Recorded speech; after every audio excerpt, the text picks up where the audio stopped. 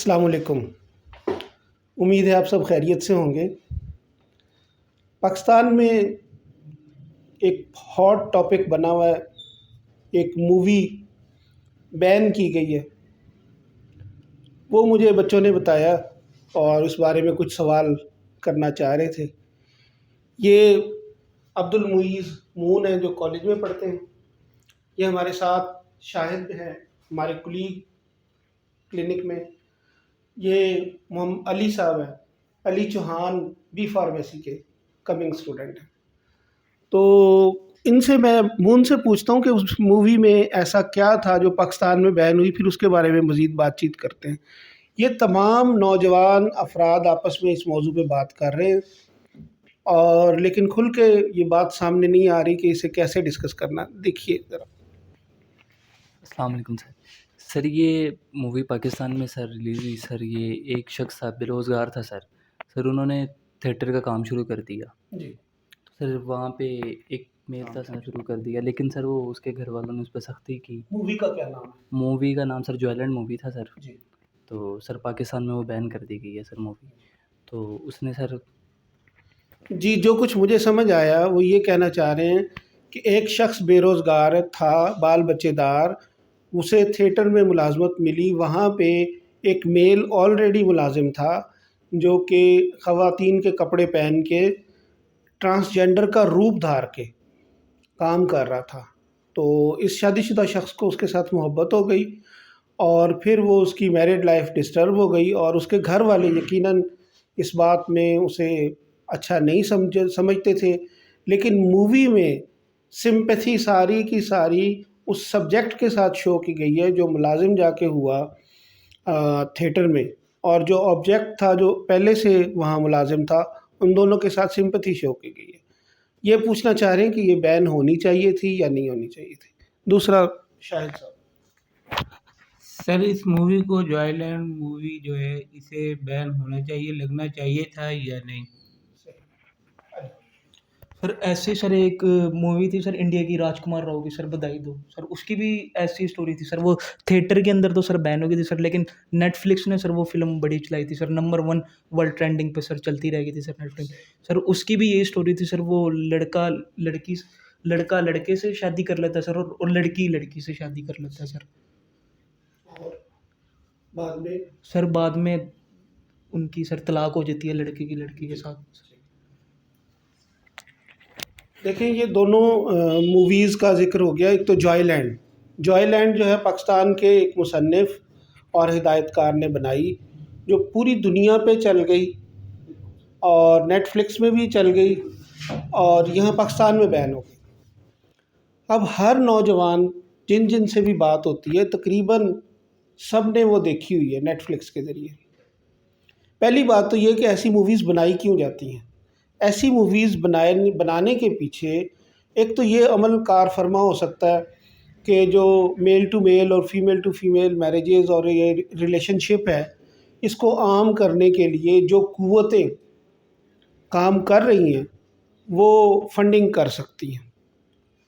دوسرا اس کا پہلو یہ ہے کہ یہ ایک کہانی ہو جو مصنف نے دیکھی، آبزرو کی، اور یہ ایک نظریے کے طور پہ نہیں، یہ ایک کہانی کے طور پہ اس نے فلم بنائی اور پاکستان میں ریلیز کرنے کی کوشش کی۔ اگلا سوال یہ کہ کیا اسے بین کرنا چاہیے؟ تو میں آپ سب سے یہ پوچھتا ہوں کہ بھٹو کے زمانے سے پاکستان میں شراب بین ہوئی، اس کے بعد ضیاء صاحب نے اور سختی کر دی، تو کیا پاکستان میں شراب ختم ہو چکی ہے؟ آپ کے محلے میں، کالجز میں، جن اداروں میں آپ جاتے ہیں، آپ نے بھی دیکھا ہوگا کیا شراب ہمارے محلوں میں عام مل جاتی ہے؟ سنا ہوگا آپ نے۔ بالکل سر۔ اسی طرح سے اسلحے پہ پابندی ہے۔ کیا ہمارے علاقے میں اسلحہ شادی بیاہ میں لیگل اللیگل ہر کوئی اٹھائے پھرتا ہے یا نہیں؟ بالکل ایسی ہے سر، بالکل عام یوز ہے۔ اسلحے پہ پابندی ہے، لیکن ہمارے ملک میں اسلحہ بہت عام ہے، بہت عام ہے۔ سب کو پتہ ہے اس بات کا۔ ہمارے علاقے ملتان میں، ممتاز آباد میں پچھلے دنوں 2 لڑائی کے موقع پہ 2 لوگ قتل بھی ہو گئے آپس میں لڑتے بلا وجہ کی لڑائی میں۔ تو اسلحے پہ پابندی ہے، شراب نوشی پہ پابندی ہے، فحش فلمیں دیکھنے پہ پابندی ہے، اس کے علاوہ جسم فروشی پہ پابندی ہے. کیا آپ کو لگتا ہے اخبارات کے ذریعے، اپنے علم کے ذریعے، کہ یہ سب چیزیں جو ہیں یہ ختم ہو گئی ہیں؟ نہیں ختم نہیں کیا.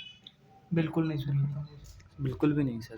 اچھا، جب پابندی ہم کسی چیز پہ لگاتے ہیں نا، جسے دبانے کی زیادہ کوشش کرتے ہیں، میرا اوپینین یہ ہے کہ وہ اتنی زیادہ ابھرتی ہے.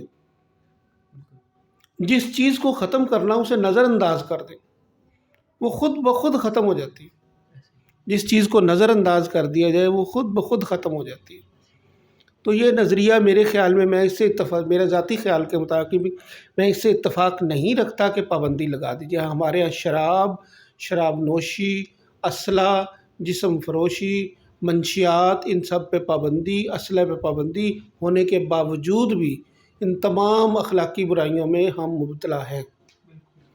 کسی بھی مرض کا علاج تب ہوگا جب ہم سمجھیں گے کہ یہ واقعی بیماری ہے، تشخیص ہوگی، ہم تسلیم کریں گے کہ یہ بندہ بیمار ہے، وہ ڈینائل فیز سے، انکار کی فیز سے نکلے گا.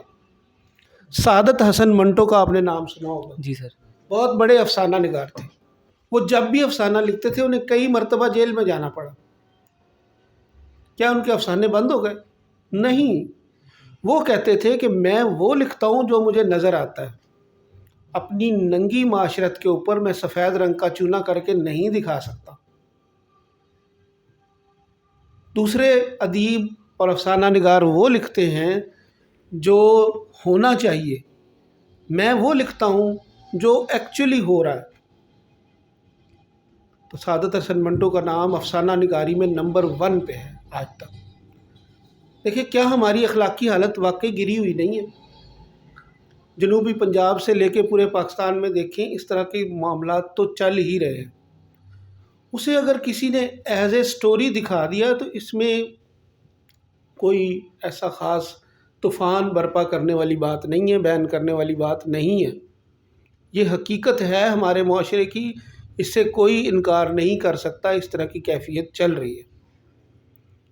سعادت حسن منٹو کہتے تھے کہ سچ بولنا اور سچ لکھنا میری عادت ہے، اور اسی وجہ سے انہیں کئی مرتبہ جیل جانا پڑا، جیل کاٹنی پڑی.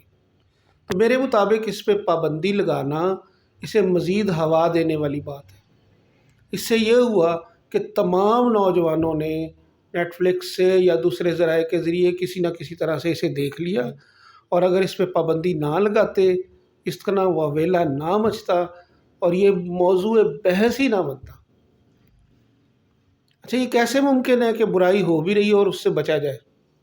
دیکھیے، ایک تو گھریلو تربیت یقیناً ہوتی ہے. سب سے پہلے انسان کا مرشد اس کی والدہ اور اس کا والد ہوتے ہیں. گھریلو تربیت سٹرونگ ہو اور گرو قسم کا استاد با کردار اور مرشد اسے کسی آدمی کو ملا ہو. چلے، مرشد اور پیر کے لفظ سے لوگوں کو تکلیف ہے، نہ لیں. مرشد اور پیر کوئی خدا نہیں ہوتے، ان کی کوئی پوجا نہیں کرتا ہوتا. وہ صرف راہبر اور رہنما ہوتے ہیں. گرو کہہ لیں، استاد کہہ لیں. کسی کے آپ کامل چیلے ہوں تو لوگوں کی نظر تک نہیں بہکتی، خیالات بھی ادھر ادھر نہیں جاتے. لاکھ جوائے لینڈ بنتی رہیں، لاکھ دوسری فلم کا کیا نام بتایا؟ بدائی دو سر. بدائی ہو، راج کمار راؤ کی کوئی پڑوسی ملک نے بنائی تھی. تو لاکھ فلمیں بنتی رہیں. مرشد کامل ہو، استاد کی نظر ہو، تربیت خالص ہو تو نظر نہیں بہکتی. تو میرے خیال میں اس پہ پابندی نہیں لگنی چاہیے تھی.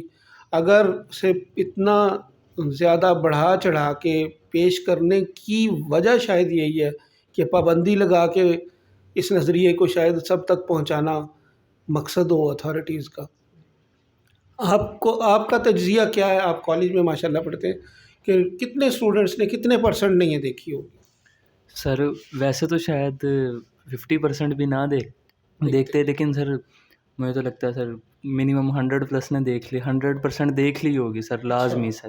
سر بہت سارے سر جس کو اس مووی کا نہیں بھی نہ پتہ تھا سر وہ بھی یعنی کہ سن کے ادھر ادھر سے دوستوں سے کالج میں کلاس میں بیٹھ کے سر ایک دوسرے سے گپ شپ کرتے کرتے وہ ایک دوسرے سے پوچھ لیے، تو نے کہاں سے دیکھی، تو نے کہاں سے دیکھی، تو نے. سر یہ بڑھتا ہی گیا کام. دیکھ لی سر سب نے، لیکن روکنے کا اسے کوئی فائدہ نہیں ہوا. تو اس حساب سے میرے خیال میں تو نہیں روکنا چاہیے تھا. سب لوگوں نے دیکھ لی, نہیں رکنا چاہیے تھا. بالکل صحیح، بالکل صحیح. سر جیسی سینمے پہ سر وہ ختم ہوئی تو سر نیٹ فلکس پہ سر سارے ہوش و باز میں اس فلم میں ایسا کیا ہے ایسا کیا, تو سر ساروں نے نیٹ فلکس پہ نمبر 1 ٹرینڈنگ پہ سر جوائے لینڈ چل رہی تھی سر, نمبر 1 ٹرینڈنگ پہ سر, اور اس فلم کو سر اوسکر ایوارڈ میں سر شامل کر لیا سر. لیکن ساروں کا سر یہی کہ اس فلم میں ایسا کیا ہے سر ایسا. یقیناً اس سے سب میں ایک ابہام پیدا ہو گیا کہ اس کے اندر ایسی کیا خاص بات ہے, اسے کیوں بین کیا گیا, اور سب نے زیر بحث آ گئی.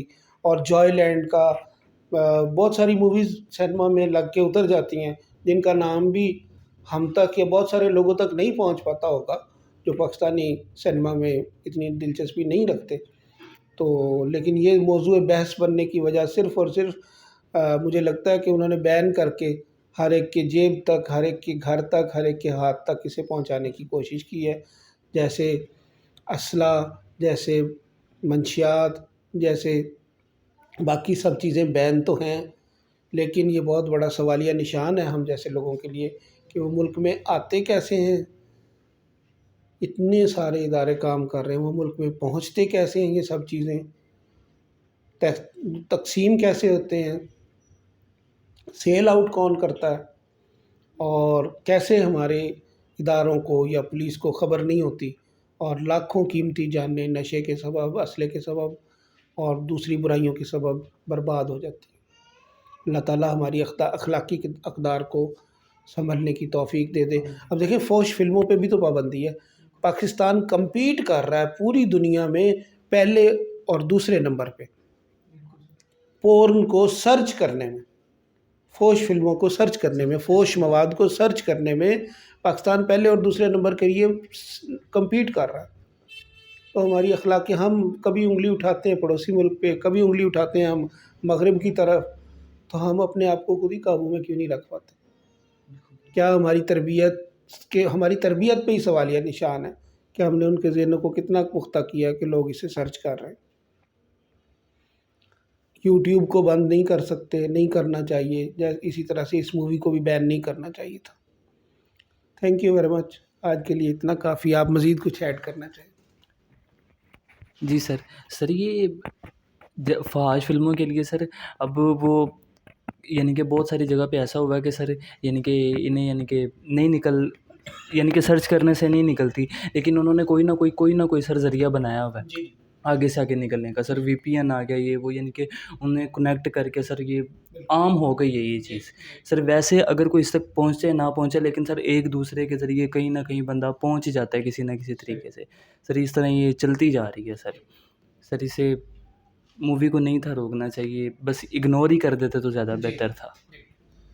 تو مختصر یہی نتیجہ نکلا کہ نظر انداز کرنا, کسی بھی چیز کو ختم کرنا ہو تو اس کو نظر انداز کر دینا, اسے اپنی موت خود ہی مار دیتا ہے.